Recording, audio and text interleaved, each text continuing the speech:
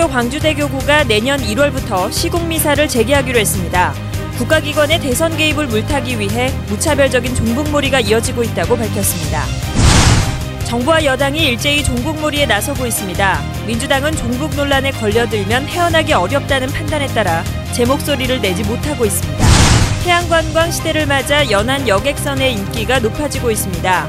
올해 연안 여객선 이용객이 사상 처음으로 1,500만 명을 넘어섰습니다. 정부의 무관심 속에 광양항이 활기를 잃어가고 있습니다. 정부의 지원 예산이 해마다 줄면서 광양항을 둘러싸고도 호남홀대 목소리가 높아지고 있습니다. 여러분 안녕하십니까? 광주 MBC 뉴스데스크입니다. 천주교 전주대교구의 시국미사 후폭풍이 거셉니다. 정부 여당은 물론 대통령까지 나서면서 총공세를 펼치고 있는 가운데 오늘은 광주대교구 신부들이 입을 열었습니다. 무차별적인 종북몰이가 국정원의 대선 개입 사태를 물타기하려는 것이라며 잠정 중단했던 시국미사도 다시 하기로 했습니다. 첫 소식 김인정 기자입니다. 천주교 광주대교구 정의평화위원회 신부들이 한자리에 모였습니다. 전주대교구 박창신 신부의 대통령 사퇴 촉구 미사와 NLL 발언을 놓고 정부 여당은 물론 대통령까지 강경 발언을 쏟아내자 입장을 정리하기 위한 겁니다.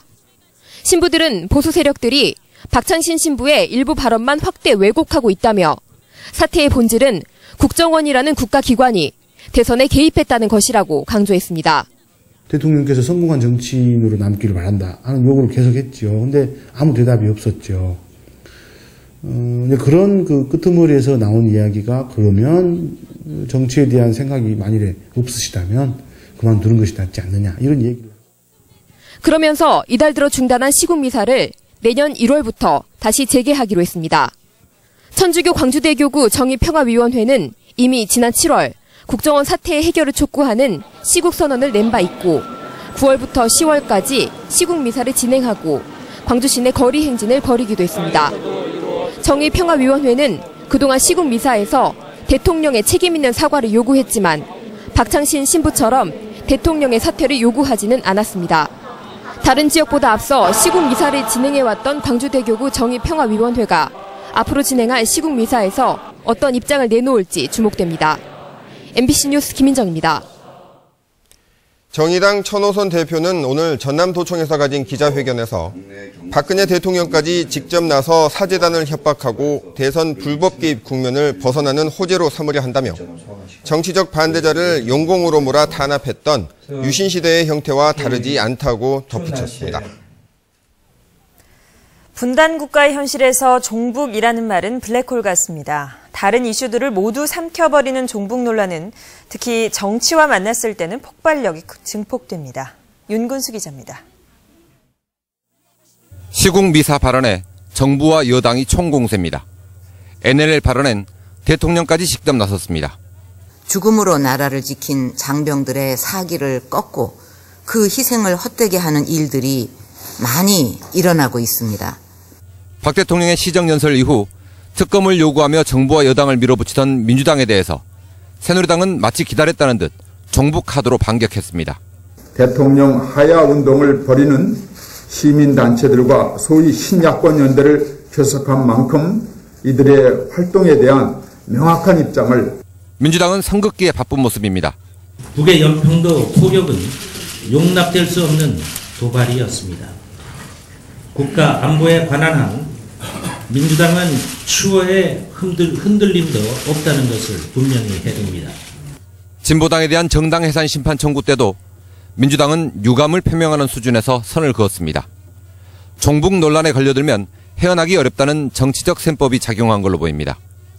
새누리당으로선 의도했든 안 했든 야권의 연대를 깨는 동시에 보수 지지층을 결집시키는 효과를 누리고 있습니다. 이런 이유 때문에 지난 대선을 전후해 중요한 순간마다 종북 논란은 되살아나고 그 폭발력은 종북 이외의 다른 이슈들을 블랙홀처럼 빨아들이고 있습니다. MBC 뉴스 윤문수입니다. 광주와 전남에서 2014학년도 수능시험 만점자가 3명 배출됐습니다. 광주시 교육청은 서석고등학교 3학년 유규재군이 2014학년도 수능시험 전 영역에서 만점을 받았다고 말했습니다. 전남에서는 장성고 변유선 양과 목포 홍일고 출신 전복열 군이 만점을 받았습니다. 광주에서 수능 만점자가 나온 것은 지난 2000년 이후 13년 만이고 전남에서는 2년 만입니다. 한편 수능 수험생들의 개인별 성적표는 내일 재학 중인 학교와 시험지구 교육청 등에서 교부됩니다. 겜코 사업에 관여해 참여자치 20일로부터 고발된 문화 콘텐츠 업체 양모 대표가 최근 자신의 명예를 훼손했다며 참여자치 20일과 홍인화 시의원을 검찰에 고소했습니다. 양 대표와 함께 고발된 강모 씨도 조만간 참여자치 21을 명예훼손 혐의로 고소할 예정인 것으로 알려졌습니다. 이에 대해 홍인화 의원은 양 대표의 고소는 진실을 은폐하고 본질을 호도하기 위한 술수에 불과하다며 일고의 가치도 없다고 반박했습니다. 섬과 바다를 찾는 해양 관광이 인기를 끌면서 여객선 이용이 크게 늘고 있습니다. 올해 연안 여객선 이용객이 사상 처음으로 1,500만 명을 돌파했습니다. 김양훈 기자입니다. 이른 아침 목포항 여객선 터미널입니다.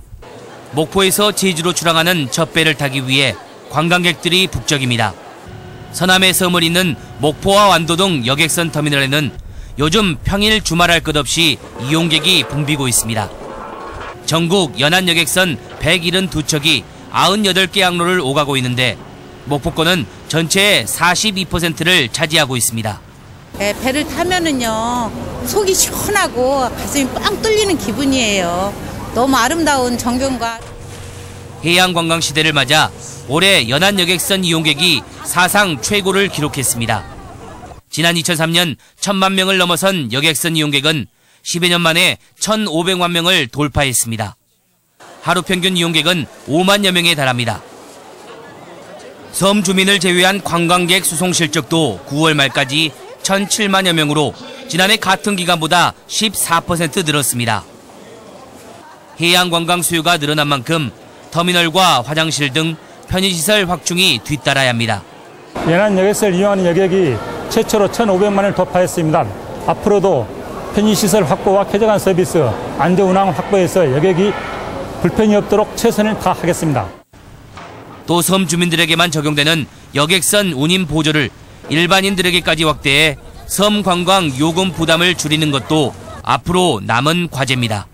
MBC 뉴스 김양훈입니다.